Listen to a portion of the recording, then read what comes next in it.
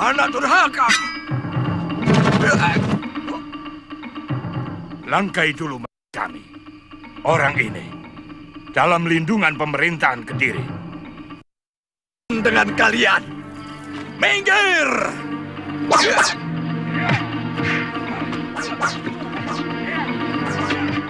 Serang!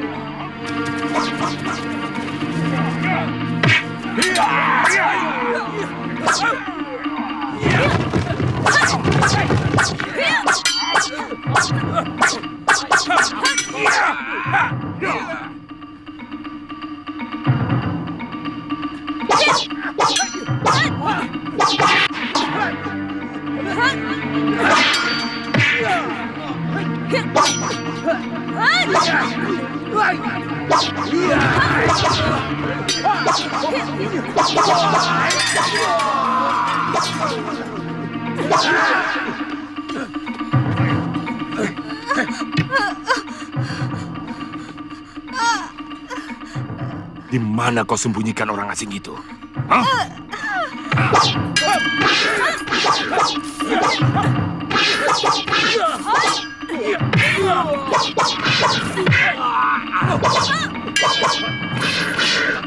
Ayo cepat tunjukkan. Kau masih keras kepala. Hah?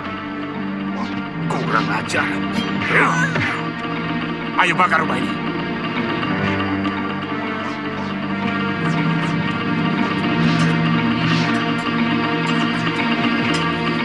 Bakar!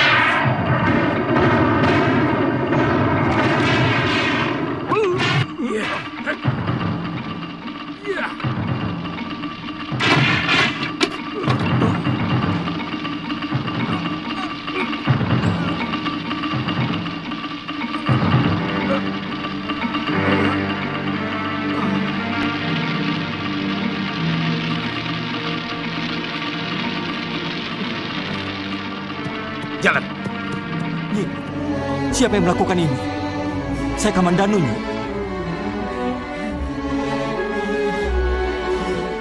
Orang cebol dari Kediri.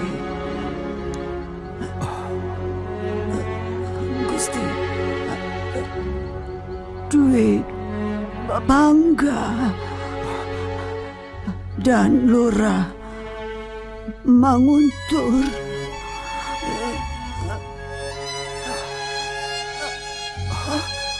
Mesin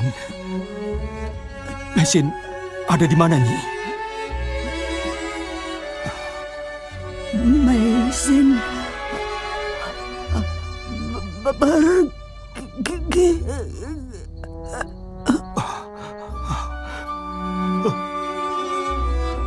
Dipangkat.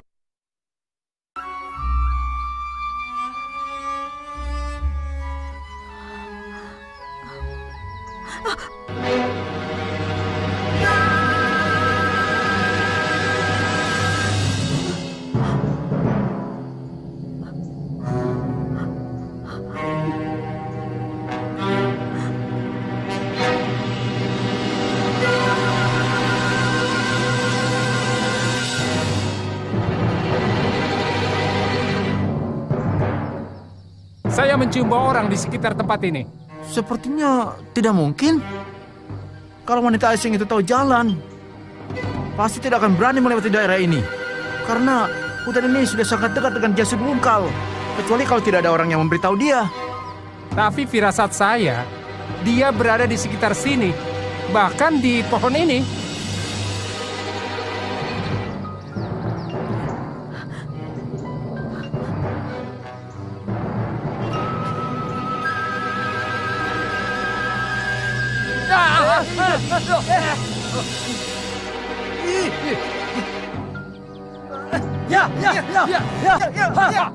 Ya.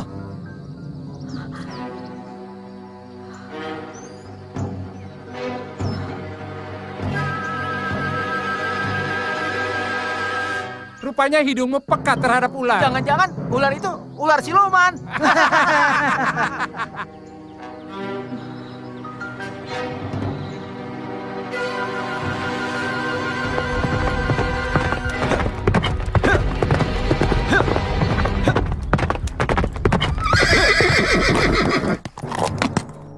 Kilura, saya mau bicara. Ada apa, Kamandanu?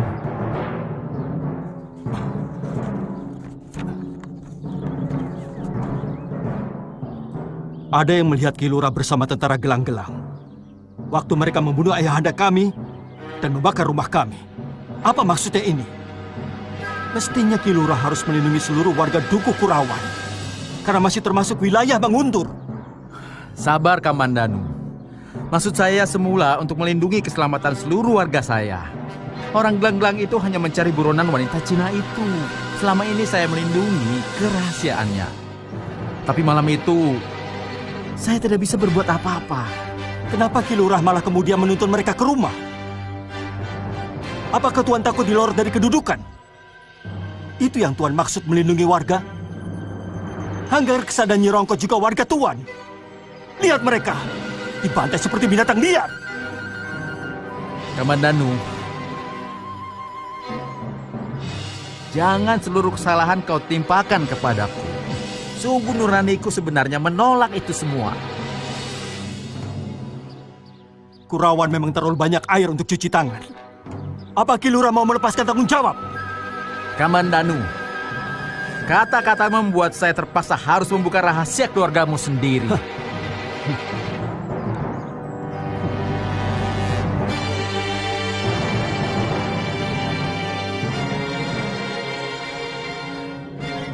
Dwi Pangga yang menunjukkan tempat istrimu. Karena rumah Ki Hanggareksa masuk dalam wilayahku, maka terpaksa aku harus menggiring orang-orang Kediri itu. Semua aku lakukan dengan pikiran. Lebih baik mengorbankan seorang yang kebetulan adalah istrimu daripada seluruh desa terkena bencana oleh tindakan pasukan gelang-gelang yang kejam itu. Tapi ternyata keluargaku dibantai seperti jalanan. Dan Tuan tenang-tenang saja, masih bisa bermain dengan burung. Apa Tuan sudah tidak menganggap keluarga kami? Empu Hanggareksa penduduk Kurawan. Ayahku pernah mengharumkan nama desa ini. Bahkan Sang Prabu Kertanegara pernah memberi penghargaan. Tapi hanya itu balasan yang Tuan lakukan. Hati-hati bicaramu, Kamandanu. Sekarang kamu berhadapan dengan Pamong Singasari yang sudah dikuasai Daha. Manguntur sudah resmi menjadi jarahan gelang-gelang. Saya siap untuk menghukum siapapun yang telah ayahku dan juga pembantu setiaku. Ingat, termasuk Tuan. Tunggu saatnya.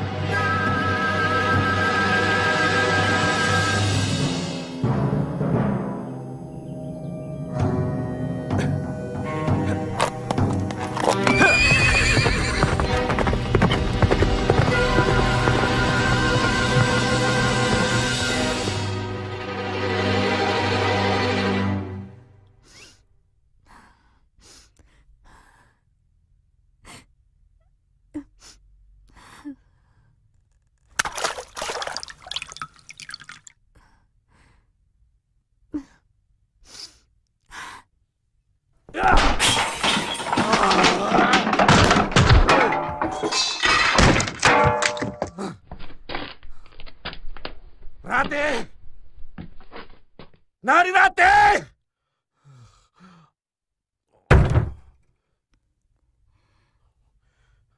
Rati! Apalagi? Saya sudah capek mengalah terus, Kakang. Sekarang mau apa? Mana batu nirmala yang kamu simpan itu? Tidak. Batu itu warisan dari nenek moyangku. Kakang sama sekali tidak punya hak.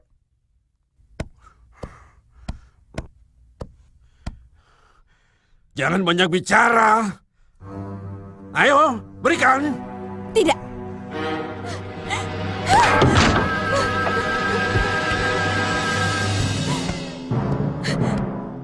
Cukup sudah kesabaranku.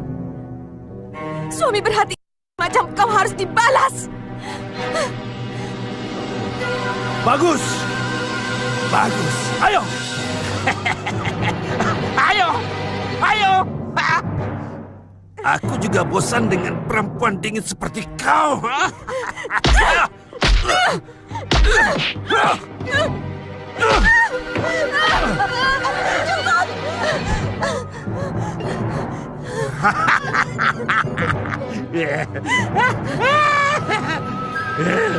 Minggir kamu, Lemus. Aku benci dengan niat busuk perempuan ini. Jangan, Gusti. Kasihan. Biar Nyi. Biarkan. Aku ingin melihat berwajah manusia ini setelah dia membantai ayah kandungnya sendiri. Diam. Kamu boleh lihat. Gusti memang keterlaluan.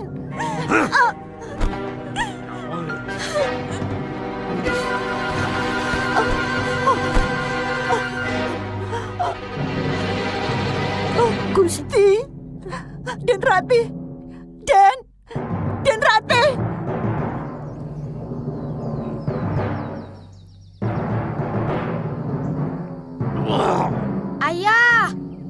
Ayah mau kemana? Ayah mau kemana?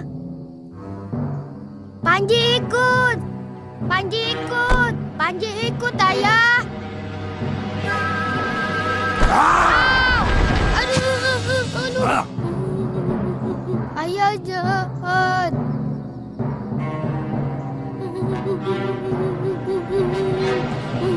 Ayah jahat.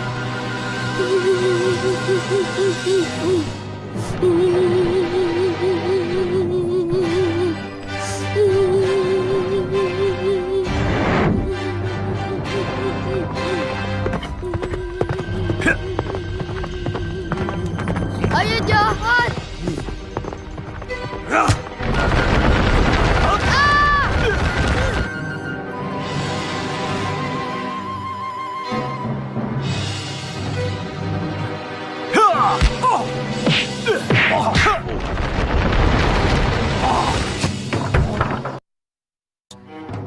Tega kamu membunuh ayah sendiri, Dwi Pangga.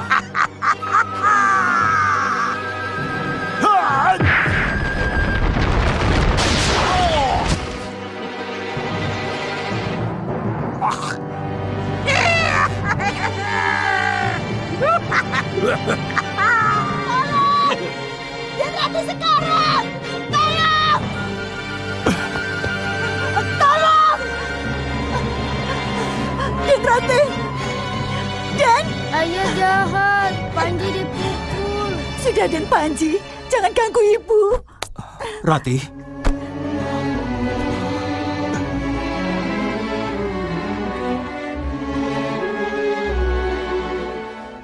Rati, aku Kamandanu.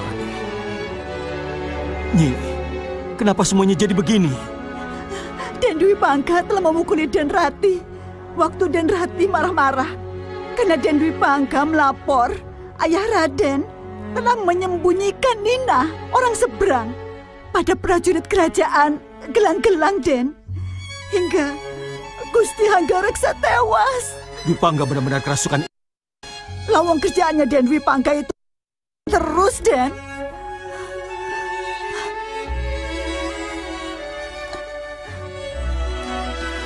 Den Rati. Nyi, seduh ramuan ini. Minumkan kalau Den Rati sadar. Baik, Den. Paman mau kemana? Paman mau mencari obat buat ibu. Panji di sini saja. Jaga baik-baik ibumu. Ibu.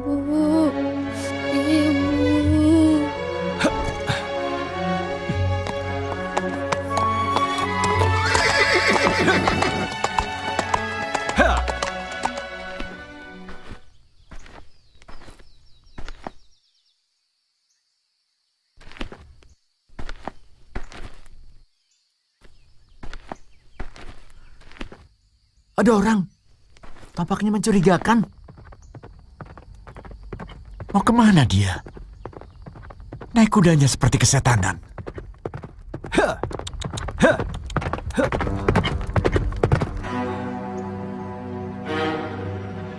Bisa minggir sedikit ke sana? Saya mau numpang lewat. Saya ada keperluan ke sana. Hei, siapa kamu? Beraninya menyuruh-nyuruh kami. Saya tidak menyuruh.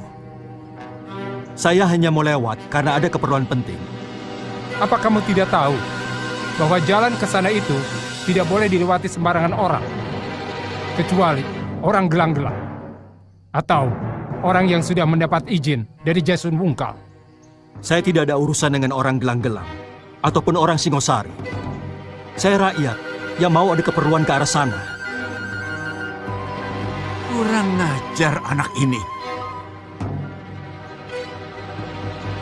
Turun!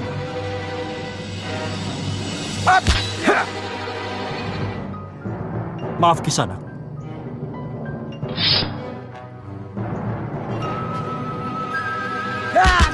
Sekali lagi, saya hanya mau numpang lewat Kisanak.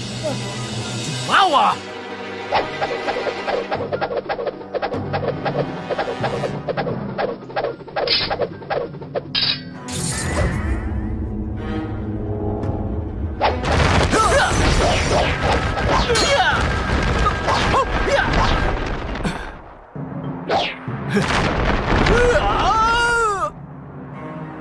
Hah? Ayo.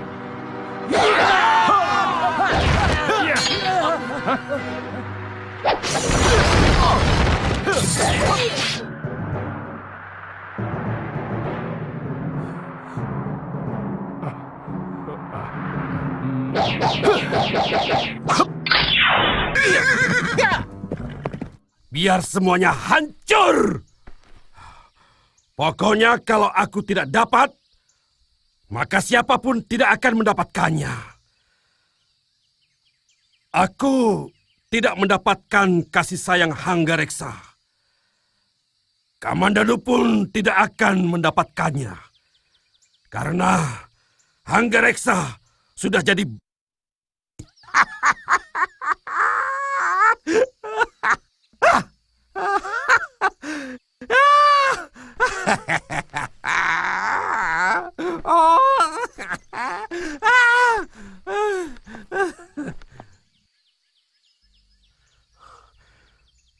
Narirati sudah tidak lagi mencintaiku.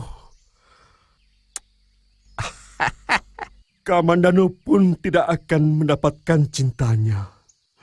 Karena sebentar lagi perempuan itu akan...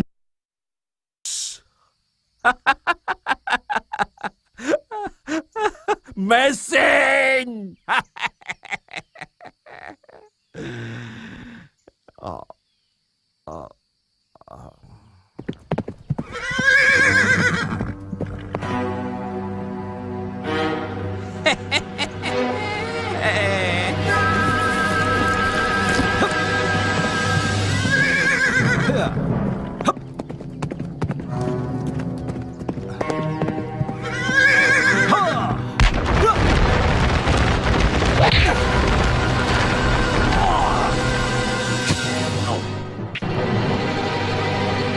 Binatang. Ada titipan dari ayah. Ini pesanan dari Nyi Rongkot dan balasan dari Narirati. Ini hadiah dari Messi dan kiriman dari Panji.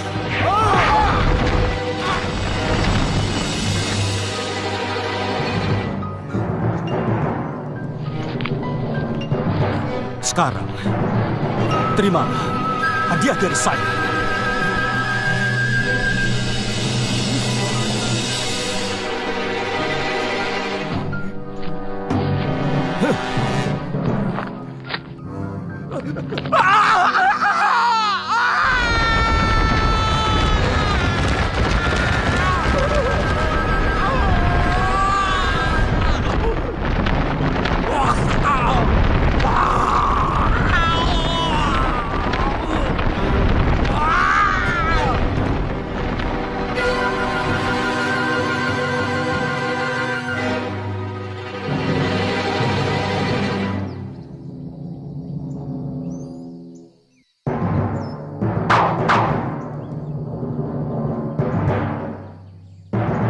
Maafkan saya, Kakang.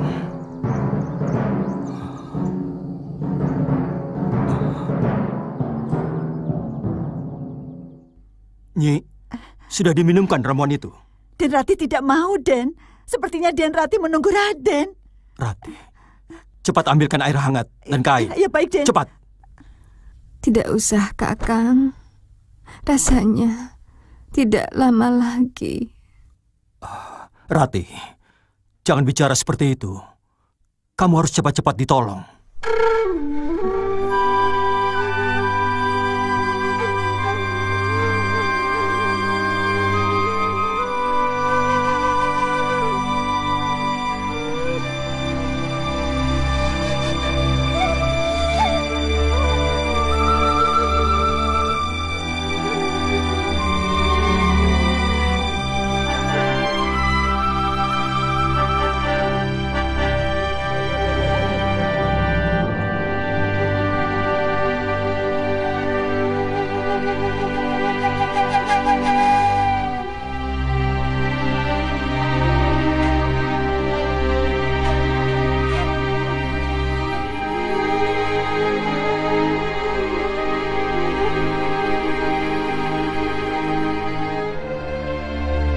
Maafkan semua dosa saya, Kakang. Saya telah mengkhianati cinta Kakang yang suci. Rati, kamu tidak bersalah, Rati. Tidak. Saya harap Kakang percaya. Selama ini, saya hanya memberikan tubuh saya pada Kakang Dwi Pangga, bukan cinta saya. Saya percaya, Rati. Saya titip Panji.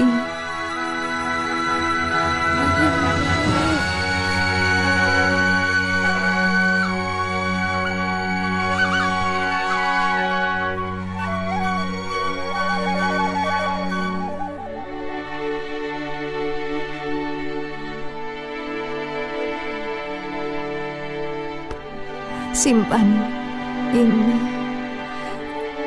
berikan pada Panji kalau dia dewasa. Ya. Ya. Jangan dekatkan dia dengan ayahnya. Dia bukan manusia. Saya tidak ingin dia berwatak seperti Dwi Pangga. Saya ingin dia kuat seperti Kakak. Rati, Rati, Rati.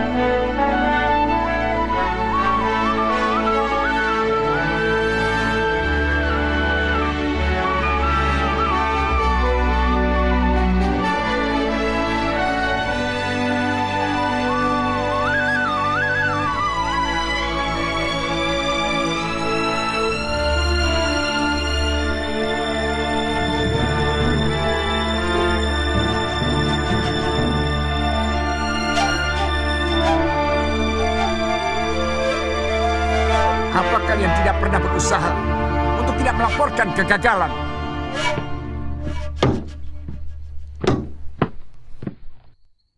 Bangkal, Lejong, sekarang kebok Kluyur. Besok siapa lagi? Tapi Tuan, saya mendapat kenyataan yang mungkin sangat berguna bagi Tuan. Apa? Kita tidak perlu lagi memburu wanita seberang itu, Tuan. Karena pedang bercahaya merah itu sudah berpindah tangan. Siapa? Dia itu yang kebok Kluyur. Ilmu silatnya luar biasa. Pukulannya keras, dibarengi angin kencang. Sepertinya dulu pernah tarung sama empu sendiri.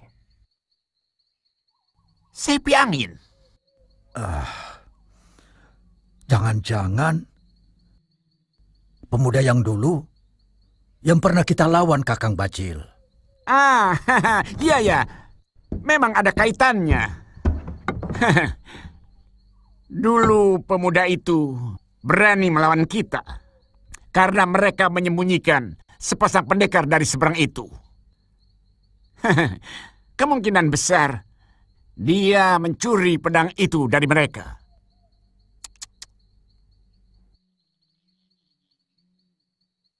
Pasti dia belum jauh dari daerah ini, Kakang Bajil. Jadi, kita sendiri langsung bertindak. Karena ilmu silat anak muda itu tidak bisa disepelekan. Semua yang pernah hidup pasti akan mati. Kecuali yang menciptakan hidup dan mati itu sendiri.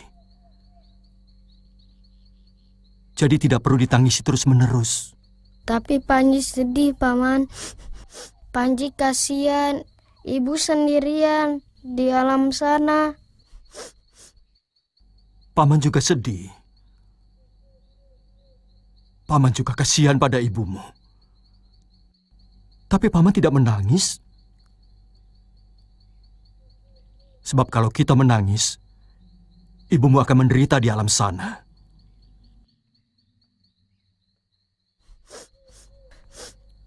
Baik, kalau Panji masih terus menangis, Paman tidak mau mengajak Panji. Biar di sini saja sama Nyi Lemus. Dan sama ayah Panji. Panji takut. Ayah jahat. Ayah suka memukuli ibu. Ayah juga tidak pernah sayang sama Panji. Makanya, jangan menangis terus-menerus. Seorang lelaki tidak boleh menangis.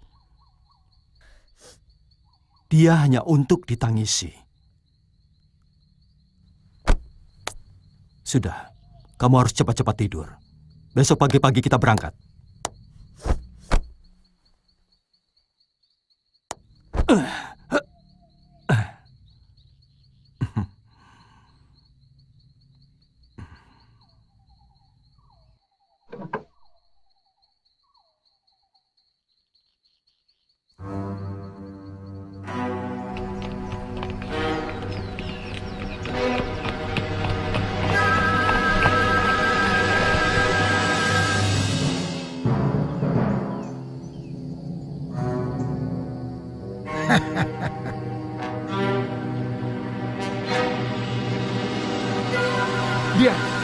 Dia orangnya, Gusti.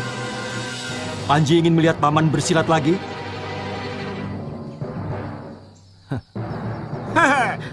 Ketemu lagi kita, anak muda. Tapi kali ini kau harus mendapatkan hukuman. Kau telah anak buahku. Mestinya dua anak buah tuan yang itu yang dihukum. Dia tidak pantas sebagai prajurit. Bicara apa kamu? Dia lari terbirit-birit melihat temannya saya lumpuhkan. Apa pantas seorang pendekar berlaku pengecut seperti itu? Mereka berdua pasti aku hukum. Tapi kau juga harus menerima hukuman. Dosa-dosamu bisa aku lupakan kalau kau mau menyerahkan pedangmu. Ada 3 hal yang tidak mungkin bisa saya serahkan pada siapapun. Yang pertama, nyawaku. Yang kedua, pedangku. Dan yang ketiga, keponakanku ini. Jadi maaf, kalau saya tidak bisa menerima tawaran Tuan.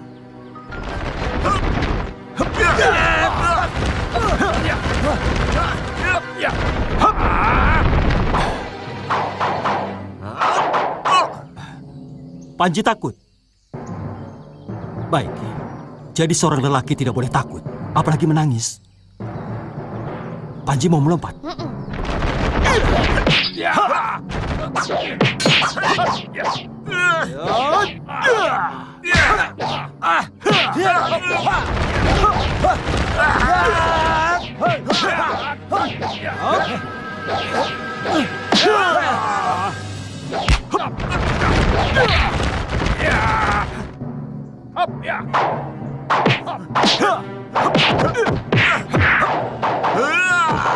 Tahan! Kamu serang anak kecil itu. Biar aku sendiri yang menahan dia. Baik.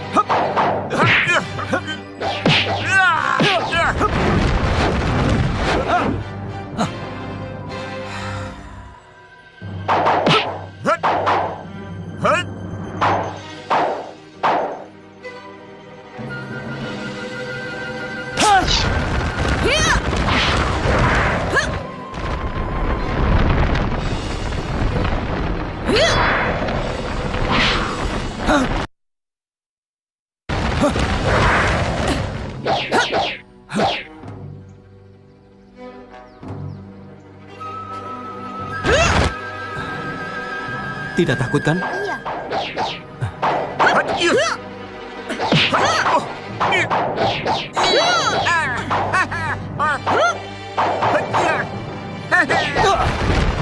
Empu, dia melarikan diri, Empu.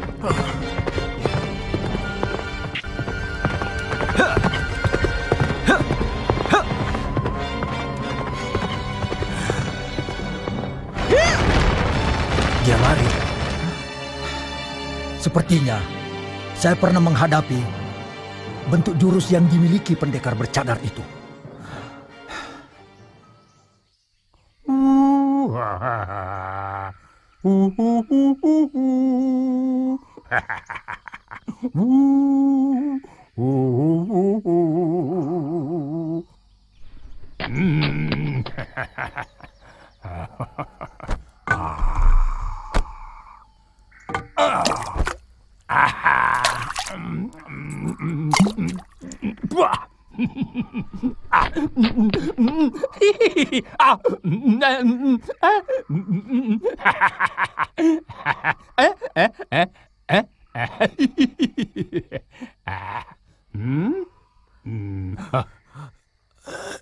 Ada suaranya. Berarti dia masih ada nyawanya.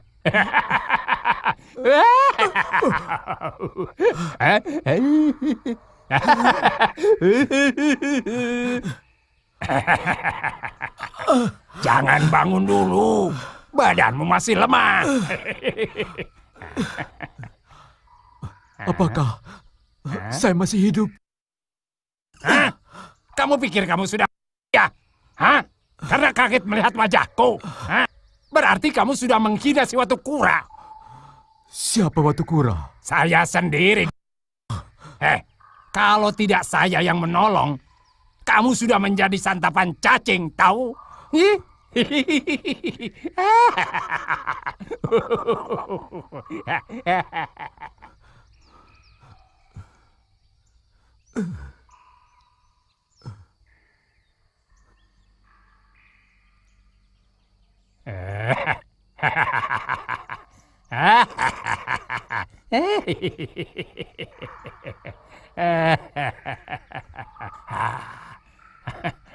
Sudah 3 hari kamu tidak makan.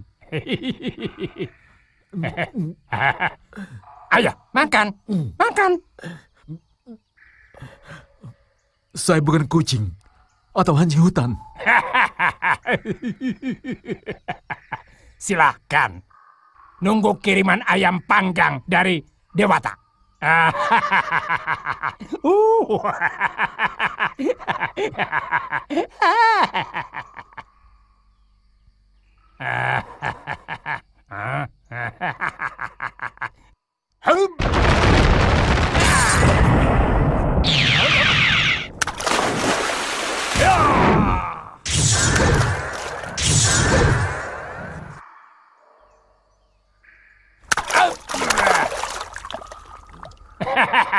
Iya.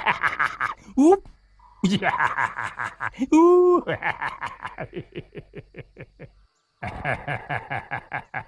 Udang mentah, enak dan manis.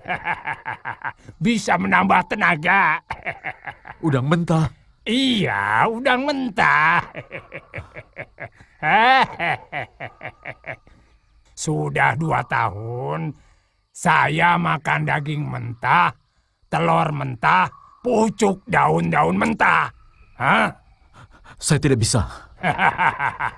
Kalau kamu mau tetap di sini, kamu harus biasakan. Di sini tidak ada batu api, tidak ada bahan untuk membuat kaul. Tidak ada ranting, tidak ada kayu kering, semuanya serba lembab. Ayo, latihannya makan udang mentah dulu ya. Nanti kalau kamu sudah pengalaman, ternyata cacing gelang rasanya lebih gurih.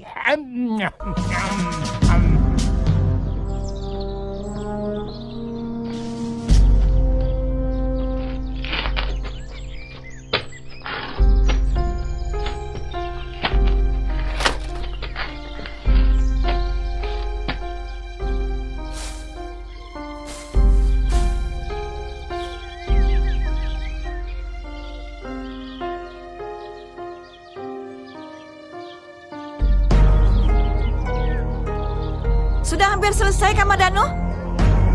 Kuda dari mana, Sakawuni? Milik prajurit Kediri yang aku sewa.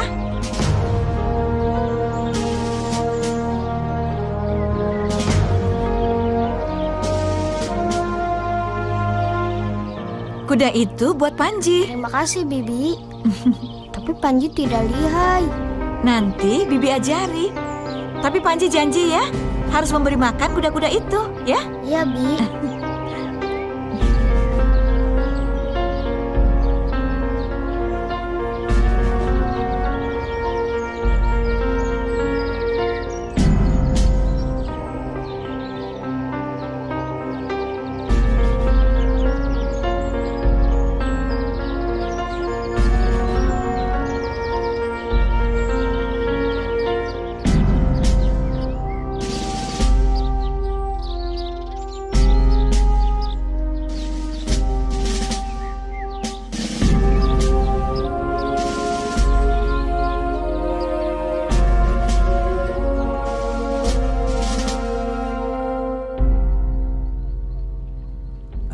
Kadang-kadang aku heran melihat kamu, Wuni.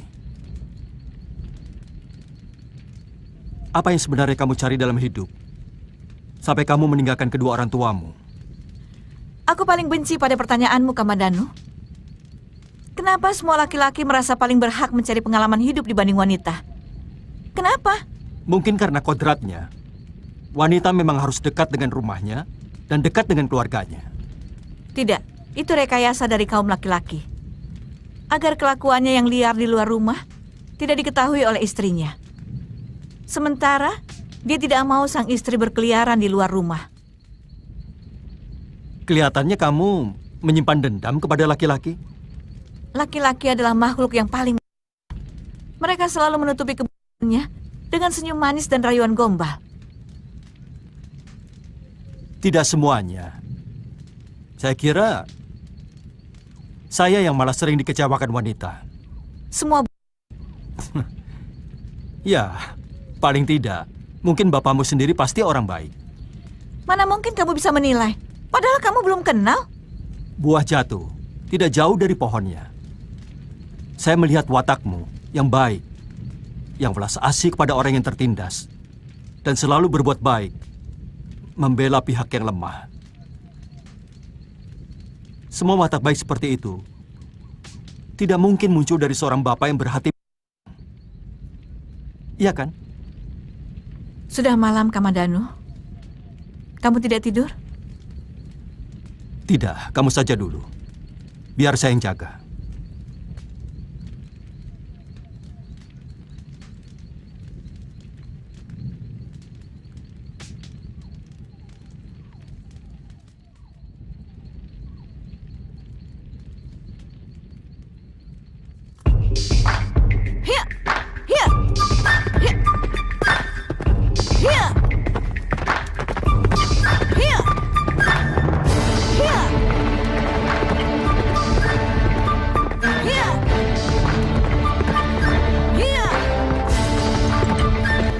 Kamandanu, setelah kurenungi lebih dalam, kata-katamu ada benarnya juga. Memang aku merasakan paling tidak ada 2 orang laki-laki yang pernah aku kenal agak lain dari semua laki-laki yang busuk. Yang pertama adalah kakekku, dan yang satu mungkin kamu. Tapi aku belum begitu kenal kamu secara dekat. Bibi Sakauni kemana, Paman? Bibi pergi. Bibi masih ada urusan. Katanya mau mengajari Panji naik kuda. Nanti Paman yang mengajari kamu. Sudah makan dulu umbinya. Paman lagi baca surat Bibi.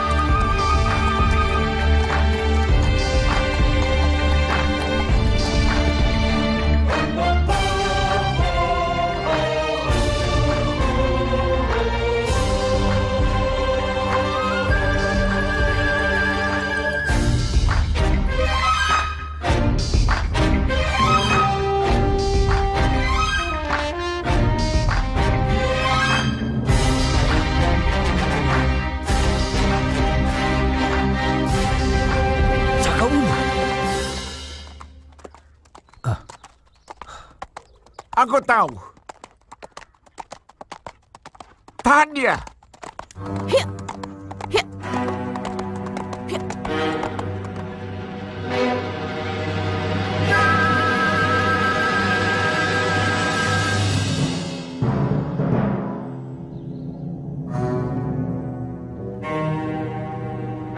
Ada apa ini, Tong Bajil? Dari mana kau, Sakauni? Apa perlu kulaporkan semua yang kulakukan pada Tuan? Perlu? Aku tidak mengabdi kepada Tuan.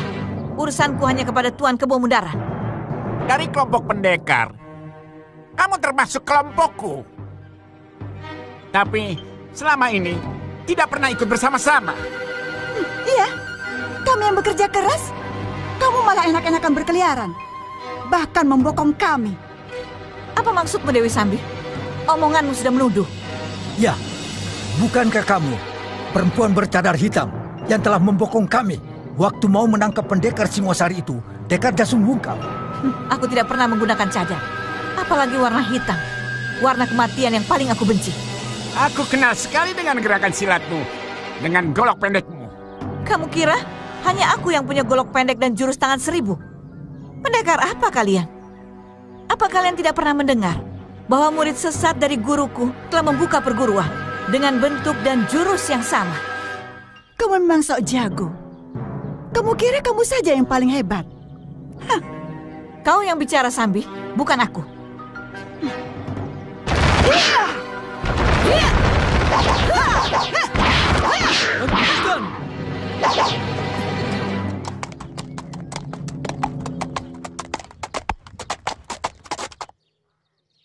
Ada apa ini?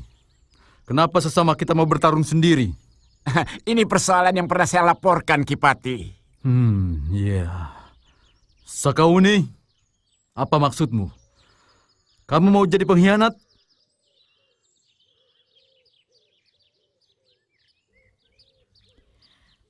Ampun, Gusti Patih. Mereka menuduh tanpa bukti. Karena ada musuh yang memiliki silat yang sama denganku. Kemudian mereka menuduh saya. Padahal sebagai pendekar yang mumpuni, seharusnya Empu Tong Bajil tahu bahwa perguruan dari Gunung Kemangi memiliki bentuk jurus yang sama dengan guru saya. Juga bentuk senjatanya, karena guru dari Gunung Kemangi adalah murid dari guru saya.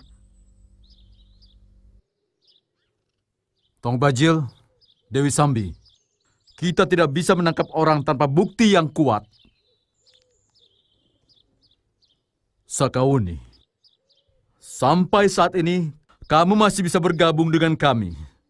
Tapi kalau kesalahanmu terbukti, hukum kami kepada pengkhianat sangat kejam.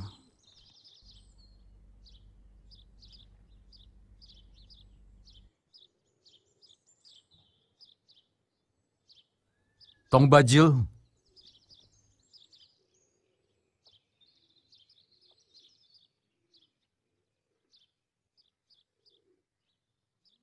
ada yang perlu kita bicarakan.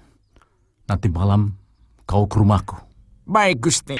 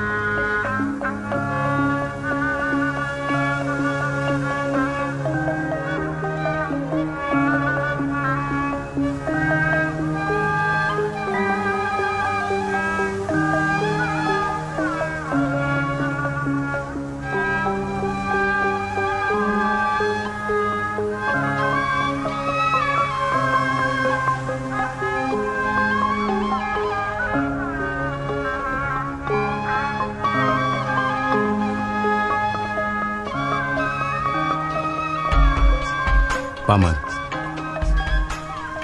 sebenarnya saya agak ragu. Apakah Paman mau menerima kami semua di sini? Percayalah Gusti, Ayahanda itu sebenarnya tidak pernah benci kepada keluarga Gusti Kertanegara. Ayahanda juga tidak sakit hati karena dicopot jabatannya dan dipindahkan ke Madura. Saya mendengar kabar burung bahwa pasukan gelang-gelang terlihat bersembunyi di sini sebelum menyerbu ke Singosari. Mungkin saja berita itu benar, Gusti. Tapi semua itu hanya untuk membuktikan bahwa kekuatan dalam negeri Singosari sudah sangat rapuh. Itu yang Kanda Wiraraja ungkapkan kepada Sang Prabu.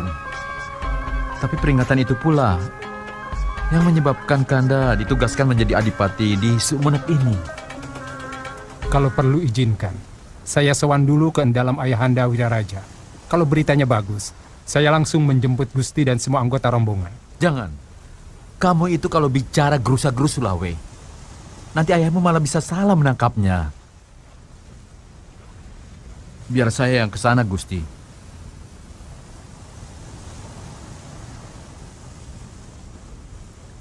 Kapan? Saya pikir sekarang lebih baik. Mungkin akan sampai di Sumenep malam hari. Saya akan langsung ke rumah beliau. Tidak usah ke Paseban.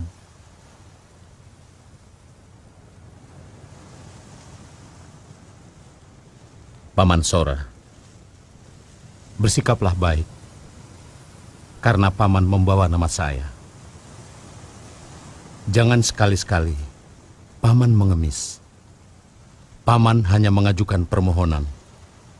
Itu saja.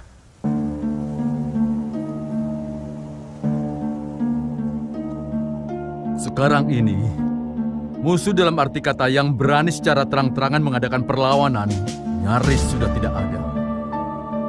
Tapi bukan berarti negeri ini sudah kita kuasai secara mutlak.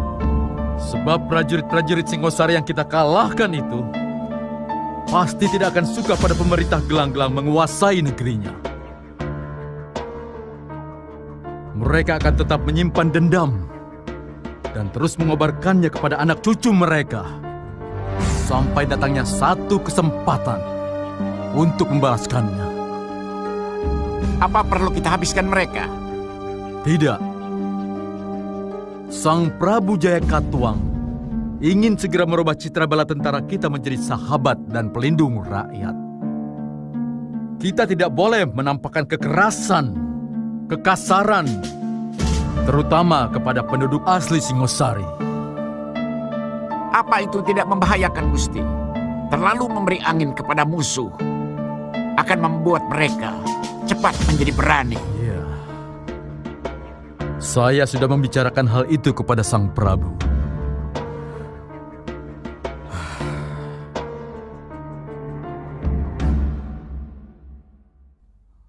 Tapi beliau tetap menginginkan seolah-olah penaklukan negeri ini hanya sekedar suksesi berdarah dari seorang raja yang gila perang oleh seorang raja yang cinta damai.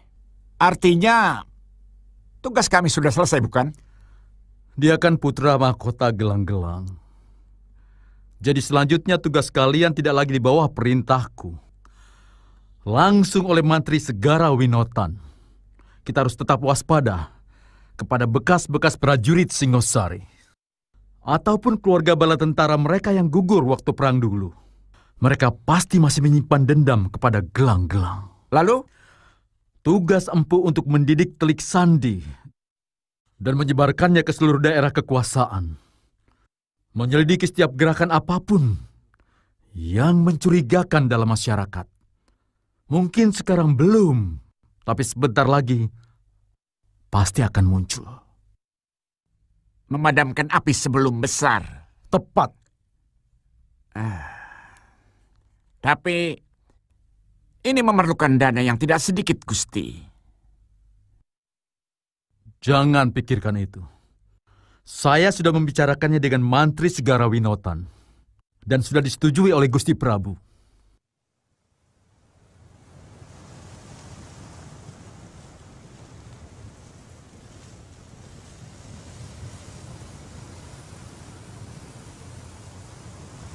Kalau saja Arda Raja tidak berkhianat, sebenarnya kita akan memenangkan perang.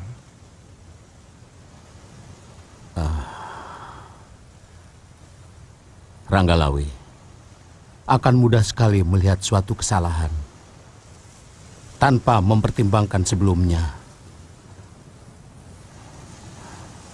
Setelah itu kita menyesali semuanya. Kalau kita mau jujur,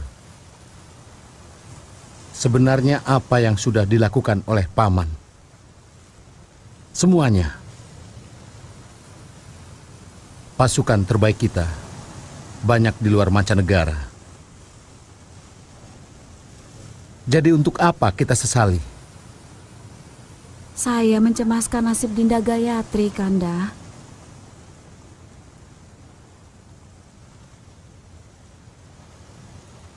Mudah-mudahan Ibunda, Prabu Jayakatwang dan bawahannya masih memiliki jiwa pemurah.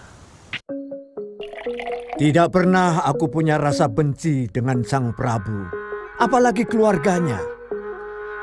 Aku dipindah ke Sumenep malah senang, karena dijauhkan dari orang-orang yang kerjanya hanya menjilat dan mengiyakan apa kata Sang Prabu. Wong sebenarnya kita semua tahu bahwa negara sudah kehabisan dana untuk membiayai perang dengan mancanegari. Tapi tidak ada yang berani mengingatkan Sang Prabu. Banyak yang mengatakan sifat Kakang Arya terlalu berani melawan arus. Itu kenapa Kakang dan Ramapati disingkirkan. Di situ kesalahan para pemuka Singosari. Mereka tidak pernah menduga bahwa sikap mereka adalah kesalahan yang dipupuk terus-menerus. Kelihatannya mereka setia kepada Sang Prabu, tapi sebenarnya mereka sedang menjerumuskan beliau. Bagaimana hubungan Kakang dengan Sang Jayakatwang?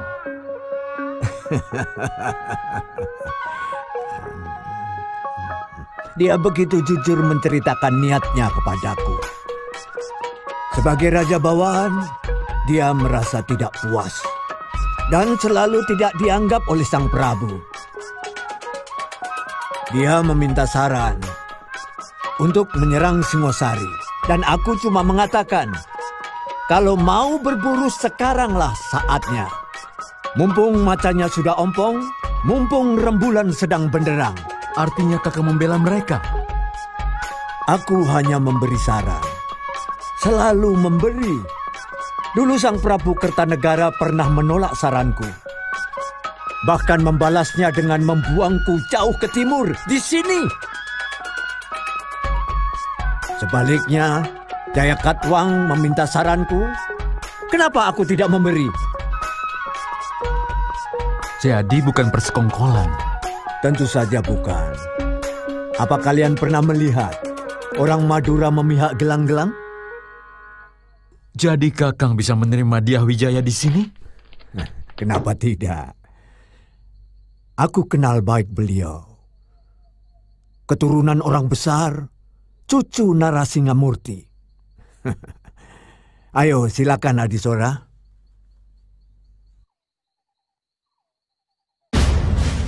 Kamu mewakili ayahandamu?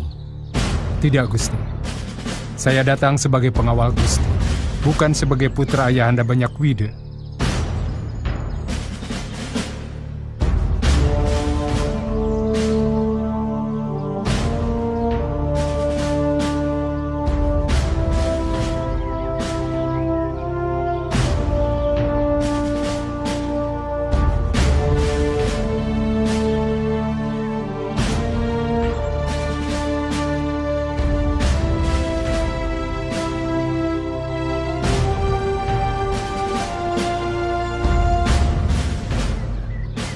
Ini yang paling saya takuti.